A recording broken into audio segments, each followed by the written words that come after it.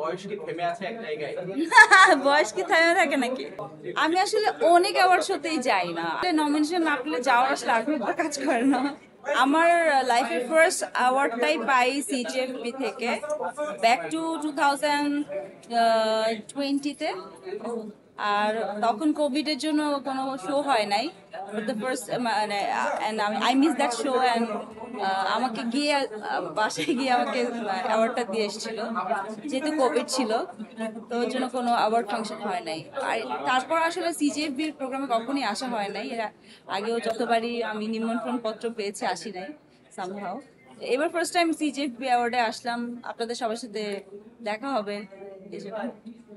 আমি আসলে অনেক অ্যাওয়ার্ড শোতেই যাই না, আমি মোস্ট অফ দ্য টাইম একটু আই ডোন্ট নো কেন যেন অ্যাওয়ার্ড শো গুলোতে আমার খুব একটা যেতে ইচ্ছা করে না। নমিনেশন যেখানে পাই সেখানে যাই। First award CGFB, second award পেয়েছিলাম আগস্ট 14-র জন্য, চ্যানেল আই থেকে যেটা দেওয়া হয়। সো ওইটার জন্য আমি যেহেতু অ্যাওয়ার্ড নমিনেশন পেয়েছিলাম অ্যান্ড আই ওয়াজ কনফিডেন্ট যে ইনশাল্লাহ হয়তো পাবো অ্যাওয়ার্ডটা, তো ওই জন্যই গিয়েছিলাম। তাছাড়া আসলে নমিনেশন না পেলে যাওয়ার আসলে আগ্রহ কাজ করে না। গ্রহণযোগ্যতা আমি জানি না, যখন যেই অ্যাওয়ার্ড পায় আমি শিওর যারা অ্যাওয়ার্ড দিচ্ছেন বিবেচনা করে বা অনেক কিছু চিন্তা ভাবনা করেই দিচ্ছেন। মানে আমি ওখানে কোনো ধরনের কোনো মানে জাজমেন্টে যাব না definitely.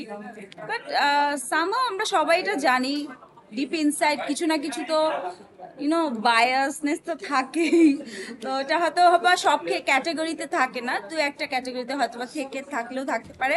I am not saying about CGFB, I am saying about all of, মানে ওভারঅল যত ধরনের অ্যাওয়ার্ড হয়, মানে যত অ্যাওয়ার্ড হয় এখন তো অনেক অ্যাওয়ার্ড শো হয়। তো আগে আমরা শুধু মেরিল প্রথম আলোই পেতাম, এখন এখন সিজিএফবি তো অনেক বছর ধরে অ্যাওয়ার্ড দিচ্ছে, অ্যাওয়ার্ড শো করছে। তো ওই জায়গা থেকে মনে হয় যে আমি জানি না, যারা অ্যাওয়ার্ড পাচ্ছে হয়তো ওভাবে তারা ডিজার্ভ করে বলেই পাচ্ছে। আমি জানি না, আমার এখনো হাই হোপস আছে যে ইনশাল্লাহ হয়তো বা কখনো কখনো কোনো না কোনো দিন কোনো ভালো কাজের জন্য ন্যাশনাল অ্যাওয়ার্ড হয়তো পেতেও পারি। আমি দেখি ফেসবুকে,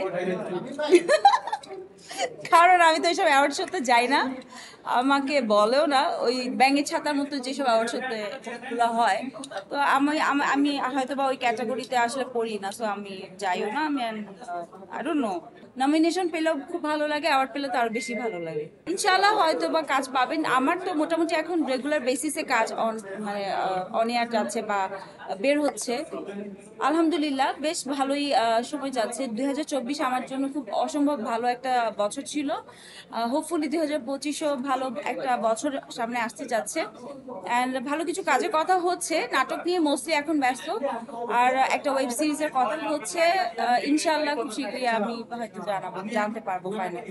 আগস্ট 14-এর পর অনেকগুলো কাজই করেছি, কিন্তু ওইভাবে আসলে ওই ওই লেভেলে যেতে পারে নাই কাজগুলো, আই ডোন্ট নো ওয়াই।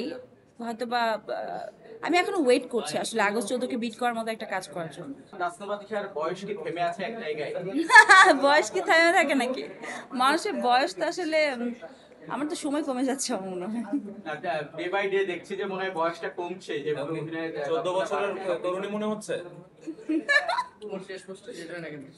বয়সের বিষয়টা হচ্ছে আপনি মানে এটা হচ্ছে একদমই আপনার ভিতরেরকার বিষয়।